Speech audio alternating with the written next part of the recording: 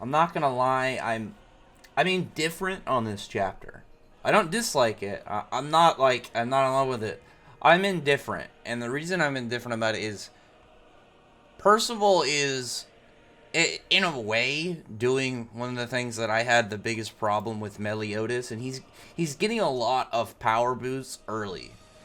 But the way that his is set more, it's more of him unlocking his powers for the first time. Whereas like the big problem with Meliodas I had with way more context to it was he kept having boosts that he apparently already had, but just didn't really reveal. We got like, oh, he's now using an actual weapon that made him way stronger. Oh, he's using his own sword, or using a sword that made him way stronger. He's using his own sword that made him way stronger. Oh, his power has been sealed up. He's got it back now. And then it's like, oh, he's fighting with a different emotion that automatically makes him more powerful. And it was like, well, it was like the stuff in Purgatory that he had a power he just never used that could like mess with the Demon King. His was way too many power ups in a short span of time, but the bigger problem I had with that aspect for him is he already had them, whereas Percival's are being unlocked as he goes. This, though, to me felt like, for the most part, more of him using the magic item, because we know that the helmet, the sword, and the cloak are all magic tools. We don't know entirely what they do. We know the sword kind of changes in size and shape to a degree, and we know now his cloak seems to make him fly, I guess.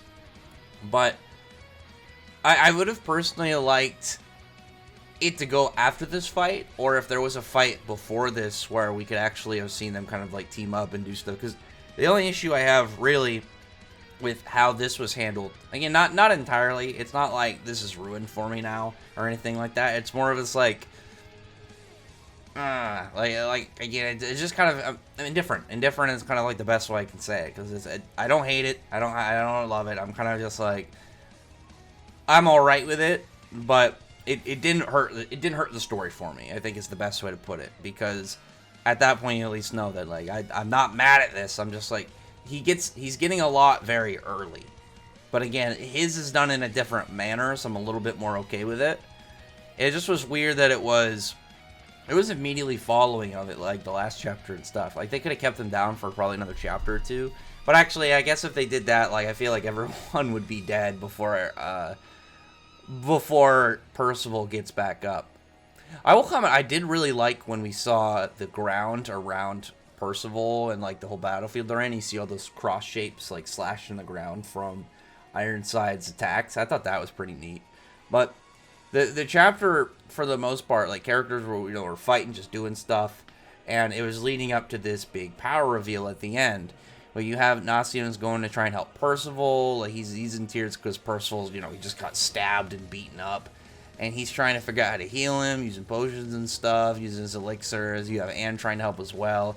She does like takes one and tries to do like kind of like a mouth-to-mouth transfer to kind of like get him they get boosted. And there's even a part where it says like his heartbeat is stopped.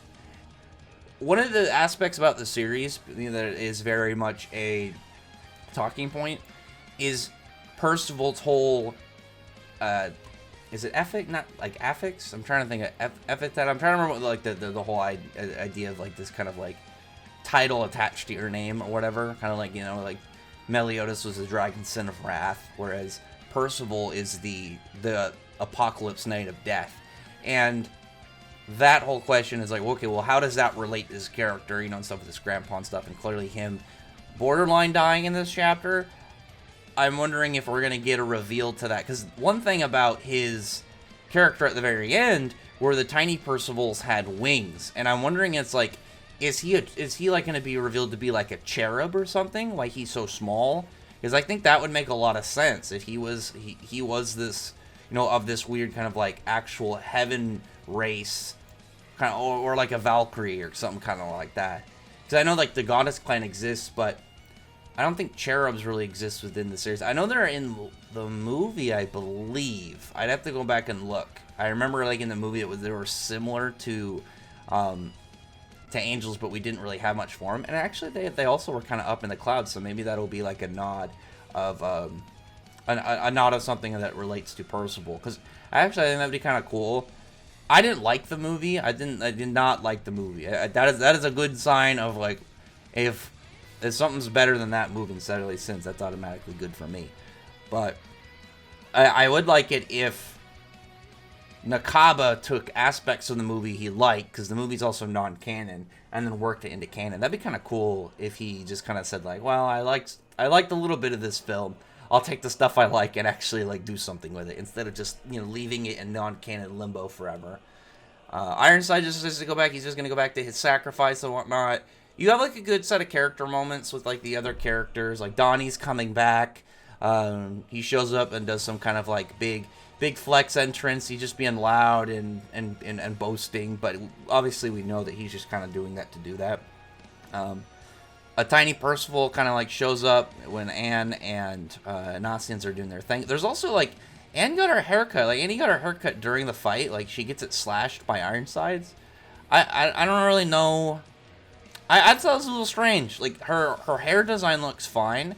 Personally, I liked how it was before. I liked how it had that kind of like big dandelion wool fluff near the bottom.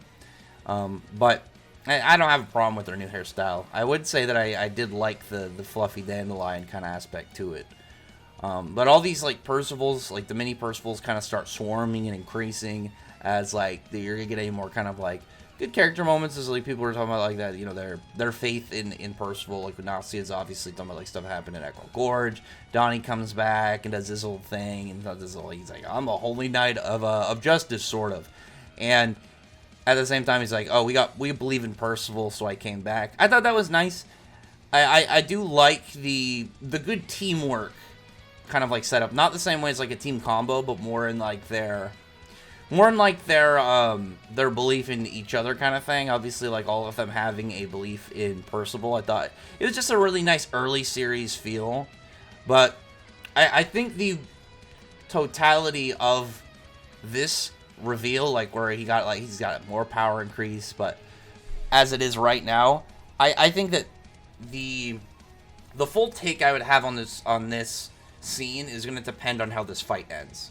I think that's definitely going to be one of the things. Like if it's just enough with this power boost that Percival is able to stop the ritual, sure. I don't want them to defeat Ironside. I think it's way too early for that.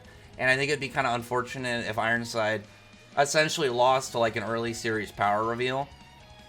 In context though to this, I would say I'm hoping that this is the last boost Percival gets for a while. I would hope we would get at least like almost like a year in real life time, you know, something like 40 to 50 chapters before we get anything else, just because he's gotten it's weird because it's not like he's gotten power-ups. It's more that his power is getting revealed. He's slowly gaining access to it.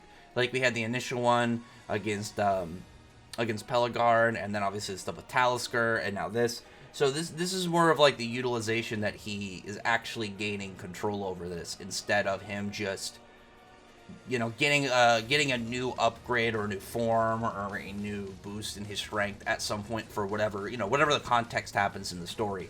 So I wouldn't treat this the same way. Like I said, the difference between him and Meliodas, like Percival is gaining access and learning how to use his power as like stuff's going on, whereas Meliodas just kept having like powers that he just didn't use, or like really quick and easy power-ups that made me want to like, why didn't you use that last arc, dude?